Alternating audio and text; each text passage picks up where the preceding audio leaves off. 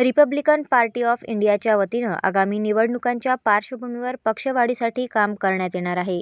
उत्तर महाराष्ट्रात नवीन सदस्य नोंदणी करण्यात येत असल्याची माहिती जिल्हाध्यक्ष प्रकाश लोंढे यांनी पत्रकार परिषदेत दिली. 2 मार्चला काळाराम मंदिर सत्याग्रह दिन अभिवादन दिन म्हणून साजरा करण्यात येतो. कोरोनाच्या पार्श्वभूमीवर कायदा आणि सुव्यवस्थेचे पालन करत हा दिवस साजरा करण्यात येणार आहे. या संदर्भात प्रकाश लोंढे यांनी पत्रकार परिषदेत माहिती दिली. जय भीम, जय Maharashtra. Republican Party of India राष्ट्रीय अध्यक्ष केंद्रीय सामाजिक न्याय मंत्री नामदार रामदासजी आठवले साहेबांच्या आदेशानं आजची ही प्रमुख पदाधिकाऱ्याची बैठक आणि आपल्याशी हिचकूच साधण्यासाठी आपण उपस्थित झालात. मी प्रथमतः आपलं मनापासून अभिनंदन करतो, आभार मानतो. 2 मार्च काळाराम मंदिर सत्याग्रह हा 2 मार्च 1930 साली सुरू होऊन तो 13 ऑक्टोबर 1935 साली हा प्रदीर्घ लढा आहे. त्या लढ्यामध्ये हा मानवमुक्तीचा लढा होता, कोणाच्या धर्माच्या कोणाच्या जातीच्या विरोधात लढा नव्हता. म्हणून तीच संकल्पना, तोच मानवमुक्तीसाठी समाज जोडो जाती तोडो हे अभियान घेऊन, होय मी रिपब्लिकन हे अभियान घेऊन आम्ही सातत्यानं गतिमान पद्धतीनं कामकाज करतोय. नाशिकच्या इतिहासामध्ये हा जो सत्याग्रह आहे तो ऐतिहासिक सत्याग्रह आहे. त्याचा अभिवादन महामेळावा आम्ही दरवर्षी ईदगाह मैदान गोल क्लब येथे संपन्न करीत असतो. परंतु करोनाच्या कालावधीमध्ये आम्हाला जाणीव झाली, आठवले साहेबांनी जाणीव करून दिली. तो मेळावा आम्ही चोपडा लॉन्स येथे आयोजित केला होता. त्यासाठी आम्ही महाराष्ट्राचे सुप्रसिद्ध गायक विशाल चव्हाण आणि साजन बेंद्रे, रवी शेट्टी आणि यांचा सर्वधर्म समभावाचा ऑर्केस्ट्रा असे सांस्कृतिक कार्यक्रम आयोजित केले होते. विविध प्रत्यक्ष सहभागी लढ्यामध्ये असणाऱ्यांना सन्मानित करणार होतो. करोना काळामध्ये ज्यांनी जनतेला मदत केली त्यांना सन्मानित करणार होतो. त्यासाठी सुद्धा आमच्या मुवमेंट तयार आहेत. ह्या देशाचे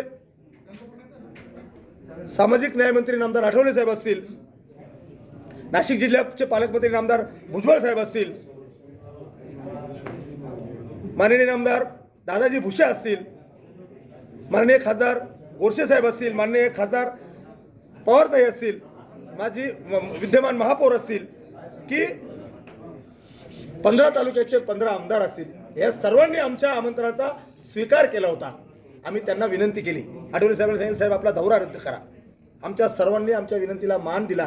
कारण कायदा सुव्यवस्था पाळण्याबरोबरच जी आचारसंहिता, जी संचारबंदी घोषित केली त्याचं पालन करून आम्ही 2 मार्चचा कार्यक्रम हा भव्य, आम्हाला परमिशन नाकारलेली नाही, परंतु त्यामध्ये लिमिटेशन, जनतेला लिमिटेशन आहे ना. आमच्या स्टेजवरच आम्ही बघताय 100-50चा स्टेज असतो, त्यामुळं 100-200 लोक निश्चित स्टेजवर प्रमुख उपस्थित असतात.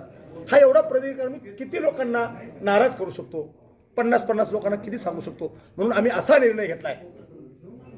नाशिक जिल्ह्याचे 15 तालुके, 6 उपनगर आणि 1 कॅन्टोन्मेंट यांना विश्वासात घेऊन असा निर्णय घेतलाय की 2 मार्च काळाराम मंदिराच्या अभिवादन, ज्या शूरवीरांना आपण अभिवादन करतो, तो कार्यक्रम आपण जिथं राहत असेल तिथं एखादं धार्मिक स्थळ असेल, मग बौद्ध विहारच पाहिजे असं नाही,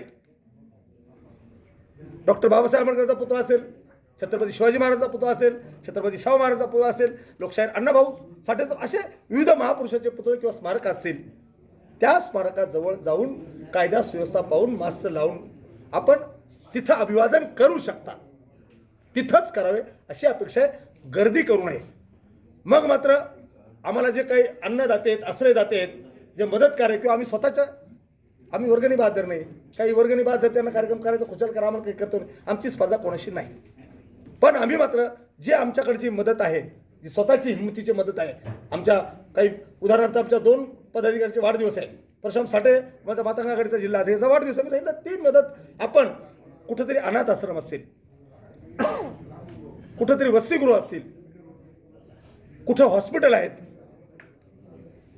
जे गोरगरीब, जे किंचित वंचित आहेत त्यांना आपण मदत करायची आहे. रक्तदान शिबिरं असतील, आरोग्य तपासणी शिबिरं असतील, असे शिबिरं घेऊन हा अभिवादन महामेळावा आम्ही संपन्न करतोय. आणि मात्र शिलालेखाची स्थापना आपण काळाराम मंदिराच्या समोर केलेली आहे. त्या शिलालेखाच्या समोर आम्ही भंतेजीच्या साक्षीनं कायदा सुव्यवस्था पाळून, उल्लंघन होणार नाही याचं बंधन पाळून आम्ही तिथं अभिवादन प्रमुख पदाधिकारी करणार आहोत. मी परत एकदा माझ्या स्वाभिमानी पदाधिकारी आमची सर्व तयारी झाली, बसेस झाल्यात, गाड्या झाल्यात, आम्ही गोल क्लब ओव्हरफ्लो करतोय, त्यामुळे आम्हाला किरकोळ होतो. परंतु ह्या महामारीचा मुकाबला जर करायचा असेल तर होय, मी रिपब्लिकन आहे, मी माझ्यापासून सुरुवात केली पाहिजे. गेल्या वर्षी एका समाजानं एक कार्यक्रम आयोजित केला होता, आयुष्यभर त्याच्यावर बदनामीचा रोष आला का इथं गर्दी झाली त्याच्यामुळं करोना पसरला. तो रोष आमच्यावर येऊ नये म्हणून रिपब्लिकन पार्टी ऑफ इंडियाच्या वतीनं आम्ही आमच्यावर कोणता दोष येणार नाही याची काळजी घेऊन हे मंत्री महोदयांचे दौरे आम्ही रद्द करण्याची विनंती केली. त्यांनी आमच्या विनंतीला मान दिलाय, त्यांचा आम्ही सन्मान करतो.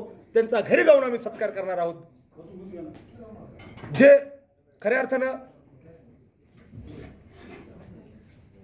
लढ्यासाठी लढणारे शूरयोद्धे होते त्यांचा सुद्धा आम्ही सन्मान करणार आहोत आणि मदत करून हा कार्यक्रम आम्ही संपन्न करणार आहोत. आमचे कोणाला ॲडव्हान्स दिले असतील आम्ही त्याचा विचार करणार नाही.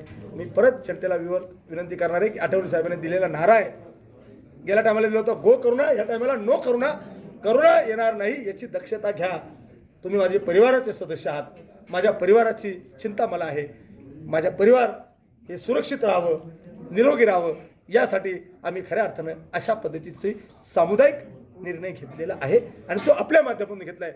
मला आपल्याला सुद्धा विनंती आहे की आपण सुद्धा आपल्या परिवाराची काळजी घ्या, आपल्या कुटुंबाची काळजी घ्या, सुरक्षित अंतर ठेवा. आमच्याकडे मागं आम्ही मास्क द्यायला तयार आहे, सॅनिटायझर, जी मदत जे वंचित आहेत, किंचित वंचित, त्यांना सुद्धा आपल्या माध्यमातून आम्ही मदत पोचू. अशा पद्धतीने आम्हाला हा अभिवादन मेळावा संपन्न करायचा आहे. यावेळी पत्रकार परिषदेत पवन क्षीरसागर, अमोल पगारे, नारायण गायकवाड आदी उपस्थित होते. वेद न्यूजसाठी व्हिडिओ जर्नलिस्ट कमलाकर तिवडे, नाशिक.